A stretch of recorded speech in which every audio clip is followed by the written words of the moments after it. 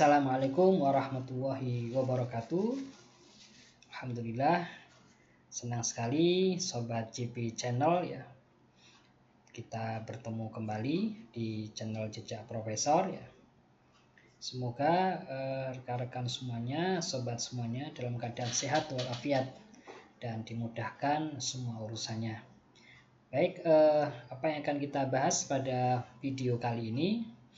Kita akan bahas satu topik yang insya Allah ini menarik ya buat rekan-rekan semuanya, buat sahabat semuanya, yaitu cara cepat dan efektif menjadi profesor ya.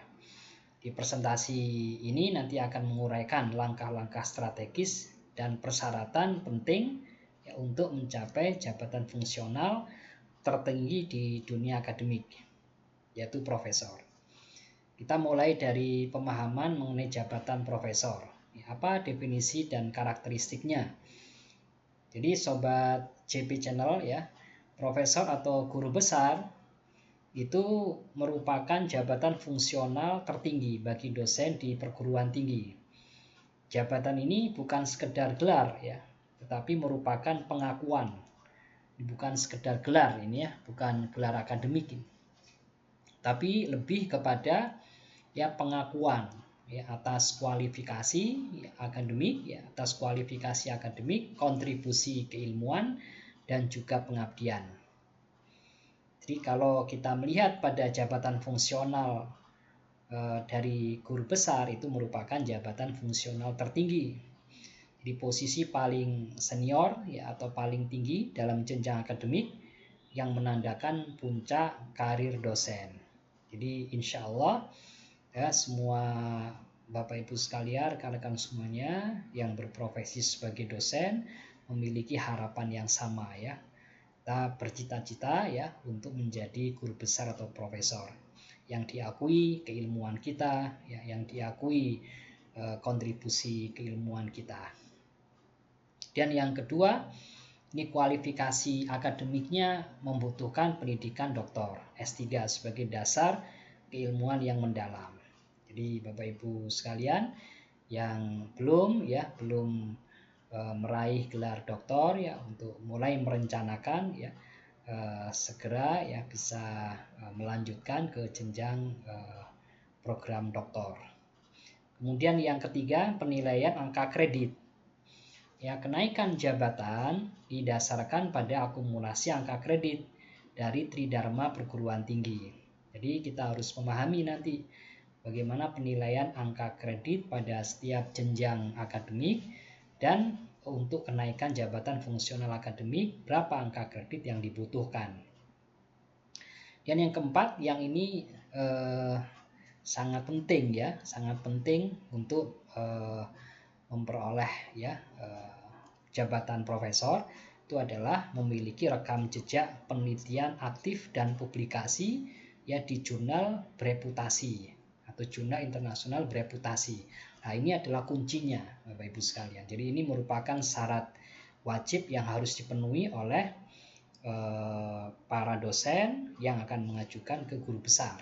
Dari sebelumnya jabatan terakhirnya lektor kepala.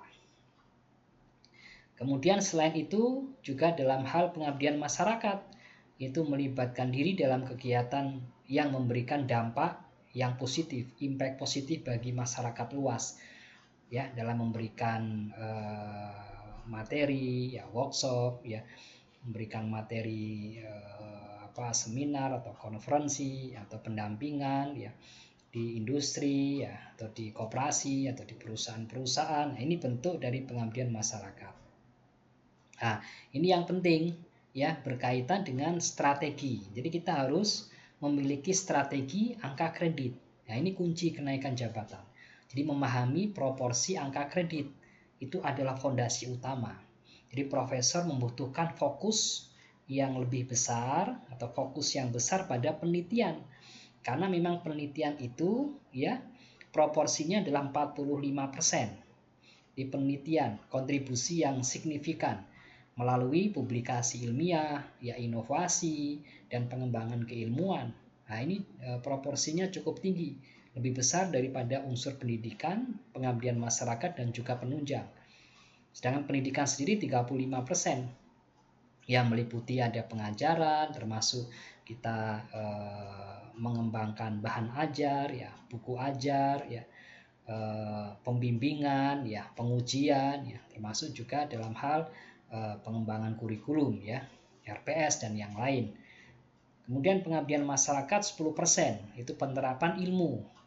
Jadi ketika kita memiliki pondasi ilmu yang kuat, yang kokoh, maka kita bisa terapkan, ya, ilmu yang sudah kita miliki kepada khalayak luas, ya, kepada masyarakat, agar memberikan dampak yang lebih luas kepada masyarakat, dampak positif, ya, penerapan ilmu untuk mengatasi permasalahan-permasalahan sosial dan juga permasalahan-permasalahan kemasyarakatan. Ya, untuk penunjang sendiri juga 10%, sama. Ini maksimal, ya, maksimal nilainya 10%. Kegiatan seperti keanggotaan dalam organisasi profesi, ya, sesuai dengan bidang ilmu Bapak Ibu sekalian, ya, kepanitiaan di kegiatan, baik kepanitiaan di tingkat perguruan tinggi atau eksternal, ya, itu semuanya diakui, ya, untuk unsur penunjang. Nah, kemudian memenuhi angka kredit. Nah, ini setiap jenjang jabatan akademik itu memiliki target angka kredit yang harus dipenuhi.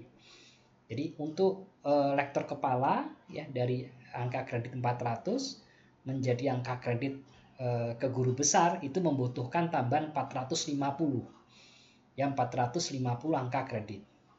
Di total kebutuhan angka kredit itu 450, ya, angka kredit, ya, dari lektor kepala 400 ke guru besar, karena guru besar memiliki angka kredit 850, kan kekurangannya 450.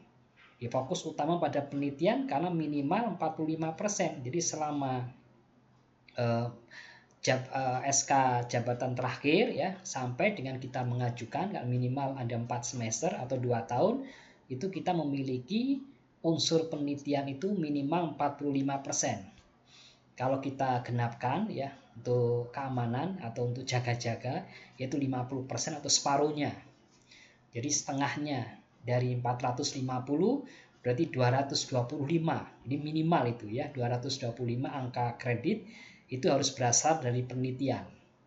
Itu minimal. Tapi kalau semakin banyak kita mengumpulkan penelitian, ya, angka kredit bisa 300, ya, itu akan lebih bagus, ya, akan lebih bagus, akan lebih aman. Dan perencanaan awal tentu itu harus didahului dengan adanya perencanaan awal. Kita menyusun rencana publikasi dan kegiatan penelitian sejak dini. Kita rutin setiap semester, ya, kita rencanakan untuk publikasi di jurnal nasional yang terakreditasi, di jurnal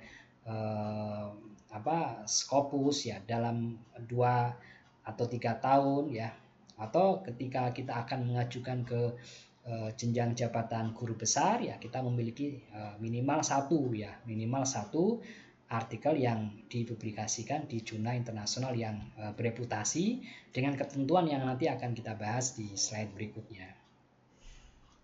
Dan yang harus, ya, menjadi pedoman, ya, ketika seorang ingin mengajukan kepada jenjang profesor, itu harus membangun, ya, rekam jejak penelitian yang kuat, ya, konsistensi bidang ilmunya harus konsisten, kita punya kualitas penelitian yang bagus, ya. Itulah inti dari perjalanan menuju ke profesor. Jadi fokus pada bidang kepakaran kita. Kalau kita punya bidang kepakaran misalnya di bidang manajemen keuangan, ya, berarti kita harus, ya, penelitian kita, ya terkait dengan manajemen keuangan. Kemudian jurnalnya juga yang relevan, ya, yang relevan skop jurnalnya dengan manajemen keuangan. Jadi spesialisasi bidang ilmu, nah, itu penting. Kembangkan kepakaran yang mendalam dalam satu bidang ilmu tertentu. Jadi kita, ya, mulai masuk, ya, sebagai dosen, atau kita sudah memiliki jabatan asisten ahli, lektor, bahkan kalau kita sudah saat ini di lektor kepala, kita kembangkanlah, ya, kepakaran kita apa, bidang ilmu yang paling kita kuat, ya, di bidang tersebut. Juga kita mengajar di mata kuliah tersebut, ya. Kemudian juga penelitian kita banyak, ya, seputar bidang ilmu tersebut, ya maka itu kita bisa jadikan itu sebagai bidang ilmu atau kepakaran kita. Ini akan menjadi keunikan atau yang membedakan ya kita dengan yang lain. Ya, kita bangun reputasi dari sini, termasuk dalam hal pengajaran, kemudian juga penelitian. Kita juga nanti melakukan penerapan ilmu kepada masyarakat dalam bidang pengabdian masyarakat. Kita juga punya rekam jejak yang kuat di bidang ilmu atau kepakaran tersebut. Kita juga aktif di organisasi profesi, di mana di situ lingkup dari bidang ilmu atau kepakaran kita itu semuanya nanti akan kita membangun ya rekam jejak penelitian kita. Dan fokus penelitian ya, dedikasikan waktu ya dan sumber daya untuk melakukan penelitian-penelitian yang inovatif ya, penelitian-penelitian yang relevan dengan bidang ilmu atau kepakaran kita. Jadi kita harus sisihkan waktu ya Bapak Ibu sekalian. Jadi kalau kita ingin ya merencanakan ya dalam waktu nanti 3 tahun lagi, 4 tahun lagi setelah ini ya kita akan mengajukan ke guru besar, maka kita harus ya menyediakan waktu kita ya, sumber daya kita ya untuk melakukan penelitian yang berkualitas ya, penelitian yang inovatif ya, dengan kajian-kajian yang komprehensif ya, kemudian dengan metodologi yang up to date ya, dan dengan pengembangan model penelitian yang belum pernah diteliti sebelumnya, sehingga itu kita rencanakan ya dari sekarang ya, rencana untuk publikasi ya itu sudah kita luangkan waktu jauh hari sebelumnya. Kemudian integritas, ini yang masalah yang sangat penting ya. Jadi ketika kita membuat satu publikasi, kita menghasilkan satu artikel, maka kita harus jauhkan itu semuanya dari perkara-perkara yang menghilangkan integritas akademik ya. Contohnya misalnya segala macam manipulasi data, ya segala macam bentuk rekayasa, ya uturnitin, ya rekayasa dokumen-dokumen yang terkait dengan proses publikasi maupun proses pengajuan dalam jabatan fungsional itu harus kita hindari. Pastikan bahwa semua hasil penelitian kita yaitu bisa dipertanggungjawabkan. Jadi ada akuntabilitasnya dan bebas dari plagiarisme. Ya, dan ini harus jujur ya kita dalam melakukan ya penulisan karya ilmiah itu. Ya, kita jauhkan dari segala pelanggaran-pelanggaran integritas akademik. Nah, kemudian kita harus juga merancang kriteria publikasi ilmiah yang wajib. Jadi artikel yang dijadikan atau diajukan sebagai syarat wajib itu harus memenuhi standar ketat ya, harus memenuhi standar ketat untuk bisa diakui. Jadi relevansi dan konsistensinya itu yang pertama. Jadi ketika kita bicara mengenai publikasi ilmiah sebagai satu syarat wajib yang akan kita ajukan sebagai syarat wajib dalam pengajuan guru besar, itu harus yang pertama itu relevansi dan konsistensi. Kemudian yang kedua baru kita melihat pada reputasi jurnal internasionalnya. Jadi relevansi dan konsistensi. Jadi ya sesuai dengan kepakaran. Di artikel kita itu harus selaras dengan bidang ilmu dan kepakaran kita. Ya, kemudian skop jurnalnya juga demikian. Kita pastikan ya bahwa artikel itu relevan ya dengan fokus dan cakupan jurnal yang dituju. Jadi bukan termasuk jurnal yang multidisipliner ya, multidisiplin bukan, tapi hindari jurnal yang mencakup terlalu banyak disiplin ilmu. Karena biasanya itu nanti akan tertolak ya oleh pihak asesor. Pihak asesor harus pasti nanti akan melihat dari sisi artikelnya ini sesuai dengan bidang ilmu pengusul ya, apakah artikelnya ini ya relevan dengan skop jurnal yang dituju kan itu. Kemudian juga jurnalnya sendiri dicek ya bahwa apakah jurnal ini termasuk jurnal yang multidisipliner atau jurnal yang memang fokus pada satu bidang ilmu. Kemudian yang kedua reputasi ya, ini harus dicek kembali ya, jangan sampai nanti kita mempublikasikan artikel atau kita mengajukan artikel ya yang sudah discontinue dari Scopus ya kita jadikan sebagai syarat wajib. Nah, itu nanti akan menjadikan permasalahan integritas ya, akan menjadi permasalahan integritas. Jadi terindeks Scopus ya dan Web of Science. Jadi jurnal yang kita tuju itu harus terindeks Scopus. Ya, Scopus berarti Simago itu ya, Simago SJR Journal Rank ya, itu lebih dari 0,1. Kalau Web of Science jurnal impact faktornya lebih dari 0,05. Ini harus kita cek ini. Ya, selain itu juga kita cek reputasi jurnalnya. Ini sudah berapa lama dia tercoverage ya. Tercoverage itu artinya durasinya dia masuk di Scopus itu sudah lama atau baru ya. Hindari jurnal-jurnal yang bermasalah ya, jurnal predator, discontinue jurnal ya, jurnal yang sudah terlempar dari database internasional yang bereputasi ya, seperti Scopus atau Web of Science, hijacket jurnal ya, atau cloning jurnal yang kita harus berhati-hati karena kapasitas kita yang sudah lama melakukan penelitian ya, karena juga kita dalam rangka untuk mengajukan ke jenjang tertinggi yaitu ke guru besar, maka kita harus punya ilmu ya, kita harus berhati-hati ya dalam melakukan submit ke jurnal. Kita harus cek itu apakah jurnal yang kita tuju itu ya memang betul-betul dia jurnal yang asli, jurnal yang berkualitas bagus ya. Kemudian masih coveragenya ya di Scopus ya sudah rentang waktu yang lama ya. Dan dalam satu publikasi itu tidak banyak artikel yang diterbitkan ya. Dalam 1 tahun juga hanya tidak setiap bulan ya, tetapi juga dalam setiap terbitannya jumlah publikasinya nggak terlalu banyak. Nah, kita juga harus cek alamat atau situs jurnal yang asli. Jangan sampai kita karena terprovokasi ya dengan propaganda dari pihak editor jurnal yang cloning ya, ketika kita di email ya untuk memberikan penawaran ya kepada author ya untuk mempublikasikan ini Scopus ya, padahal itu sebetulnya adalah cloning jurnal. Jadi kita harus berhati-hati betul, kita harus cek apakah memang alamat jurnalnya itu persis ya, harus persis sama dengan apa yang ada di Simago itu ya, Simago. Kemudian integritas dokumen, ini penting ya, jangan sampai nanti terjadi kasus-kasus ya setelah SK guru besar kemudian akhirnya diperiksa ya oleh Inspektorat Jenderal dari Kemendikti Saintek ya karena persoalan pelanggaran integritas ya.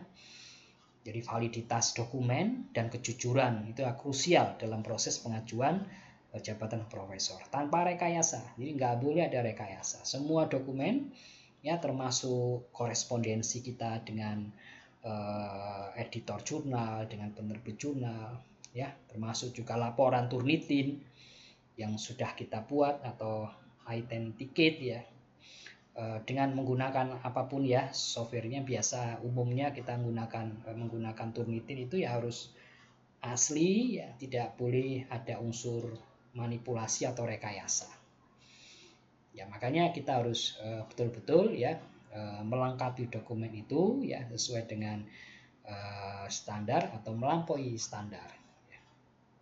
Validitas dokumen, pastikan setiap dokumen itu, dokumen pendukung itu bersifat otentik dan bisa diverifikasi kebenarannya ya. Jadi kita bisa siapkan mulai dari sekarang ya. Jadi kalau misalnya dokumen terkait dengan korespondensinya ya, mulai dari notifikasi ke email kita sebagai entah itu first author atau first author, penulis pertama dan juga sekaligus penulis koresponden ya, kita mendapatkan email notifikasi ya kita masukkan ya, mulai submit, kemudian kita mendapatkan hasil review yang pertama, kemudian kita melakukan revisi dari review yang pertama, kemudian ada lagi review yang kedua, kemudian kita melakukan submit ya, submit revisi dari review yang kedua sampai kita menerima LOA, letter of acceptance ya, bukti penerimaan artikel kita, kemudian kita mendapatkan notifikasi untuk dipublikasikan. Jadi semuanya dokumen tadi ya urut ya secara sistematis, dan dokumennya itu otentik, bisa diverifikasi kebenarannya. Termasuk juga Turnitin. Jadi Turnitinnya nggak boleh ada unsur manipulasi ya. Nanti kalau ada manipulasi pasti nanti resikonya akan sangat besar ya. Resikonya bisa berujung nanti pada pencabutan gelar guru besarnya. Hindari segala bentuk kecurangan ya, karena kredibilitas akademik itu adalah aset yang tidak ternilai. Kemudian yang syarat khusus tambahan, pilih ya salah satu saja syarat khusus tambahan yang paling kuat yang bisa mendukung pengajuan guru besar kita.